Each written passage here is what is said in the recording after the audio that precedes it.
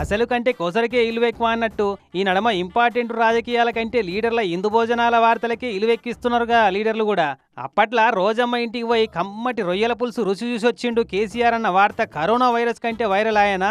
అదే టైంలో ప్రగతి భవన్కి వచ్చిన ఏపీ సీఎం జగన్ సార్కు పంచపక్ష పరమాన్నాలు తెలంగాణ స్పెషల్ వంటకాలతోటి విందు భోజనాలు చేపించిండు కేసీఆర్ సారు అన్న ముచ్చట కూడా బాగానే వాడుకున్నారు అపోజిషన్ పార్టీల లీడర్లు. వీళ్ళు ఇచ్చిన అలుసే కదా, వాళ్ళు పెట్టిన పులుసు తిని వీళ్ళు అలుసు ఇవ్వడం వల్లనే కదా ఈ రోజు ఈ పరిస్థితి వచ్చింది. శ్రీమతి రోజా గారు పెట్టిన రాగి సంకటి రొయ్యల పులుసు తిని రాయలసీమను రతలాలసీమను చేస్తా అని చెప్పి ఏ బేసిన్లు లేవు బేసిజాలు లేవు మీరు కొట్టుకపోండి అన్నాడు. ఇక అది అయినాక అధికారాలు మారినాయి, సీఎంలు మారిర్రు, కానీ లీడర్ల విందు భోజనాలు మర్యాదల వార్తలకు మాత్రం ఇంపార్టెన్స్ అస్సలు తగ్గుతలేదుల్లా. ఇక మళ్ళా ఇప్పుడేమో ప్రజాభవన్లో రేవంత్ సార్ను కలుద్దామని వచ్చిన ఏపీ సీఎం బాబు సార్కు కమ్మటి ఇందు భోజనం కొసిరి వడ్డిచ్చి పాద పూజ చేసిండు అన్న ముచ్చట కూడా జోరందుకుంది.